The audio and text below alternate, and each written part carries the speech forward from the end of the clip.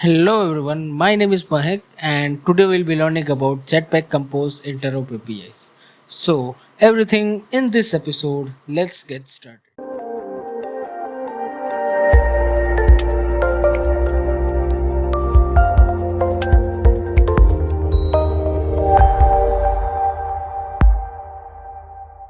First of all, let's quickly take a look at our today's agenda, starting with why Interop, different Interop APIs available, and then we'll move to our example. Interop APIs. Why do we need this Interop APIs in the first place? Well, Interop APIs provides you a bridge between your traditional Android code and Jetpack Compose code. So if you wish to use your Compose code in the XML or your custom view in the Jetpack Compose, you can do with the help of these APIs. Let's understand this Interop APIs. Mainly we have these three views. First is Android view, which allows you to use your traditional code or any custom view code directly into the Jetpack Compose. Then what we have here is called Compose view, which is just a normal view which you can integrate into your XML, and this view will contain Compose code and this works flawlessly with the XML. Next we have this abstract Compose view. This is a class which you can extend and you can code and you can design some custom view in Compose and call this view directly into your XML. So now let's quickly jump into the code and let's understand each of them in depth. So let's take a look at our output. So first of all, we have this list of newsfeed which is coming from API, and then we have this chip layout and then a toolbar with the search icon. So this is a normal Android recycler view. This is these chips are designed in Compose and it uses Compose view to do that. And then we have this toolbar. So this toolbar is designed in Compose, and with the help of abstract Compose view we are using this in our XML. And for our Android view example, we will have another activity for our custom view. So let's jump into the code. Okay, so let's take a look at the design. First of all, we have this constraint layout which contains my custom view which is written with the help of abstract compose view. Then we have this compose view which will contain our compose code, and then we have our normal recycler view. So now let's understand this how this works. So let's move on to our main activity. Yeah, so here I'm using data binding, and after that when we are referring to our compose toolbar, sorry, not the compose toolbar, our compose chips, with the help of this method set content, we can actually write our compose code into this block. So yeah, I have done same thing here. So I have one list which will have name of strings which I am getting from API, and then I am checking that if the list is not empty, then show some chip design.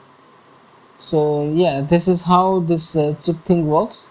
And then next what we have here is that this is my compose toolbar, so which we know it is an abstract compose view. So let's take a look at the code. So this is my compose toolbar which this class extends abstract compose view, and we have two class members. First is text, and then we have this on image click which is a function. And yeah, so we are overriding this method content, and in this method we are writing our design code for in compose. And then after we have done it, we are simply calling this view in our XML. So in the design, okay, right here, so in the design I have one top app bar which contains a text field, and that text field contains a trailing icon or image. And yeah, so this is it for that. And on click of that I am calling on image click function. So this is it for abstract compose view. And then moving on to our Android view. So this Android view, I am calling the function get email validator. So I have this custom email validator written in our traditional Android code, and I want to utilize that in compose. So what we should do here, so I am calling this Android view, and it takes 2 or 3 parameters. So in my case it is I'm passing 2 parameters here. First is the modifier, so whatever height or width or clickable or something like that you want to pass here. After that, in the factory parameter, we are passing our custom email validator, and also we are getting context. So with the help of the context, I am calling my constructor. And also let's quickly take a look at our code. So this is my custom email validator. It has a few parameters like label, hint, image right, image wrong. So these parameters I used to pass from XML itself, but since we don't have that, I am passing it. I have changed it to my class members, and then I can set this class members, and then after that my code will work perfectly. So these are the changes I have applied.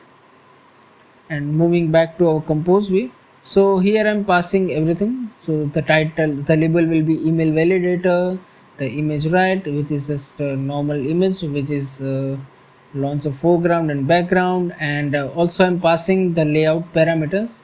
So for this I'm passing match parent and wrap content. This is your wish.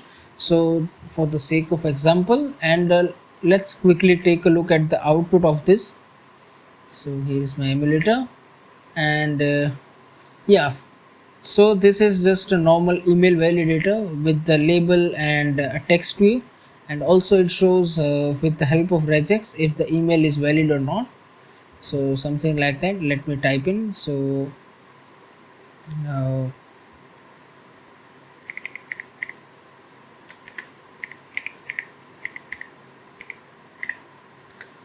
yeah, so this is how this works. And yeah, so that is it from my side for this video. Also, don't forget to check out my blog written on the same topic with the detailed description of everything. So that is it for today, guys. This is me, Mahek, signing off. Bye bye.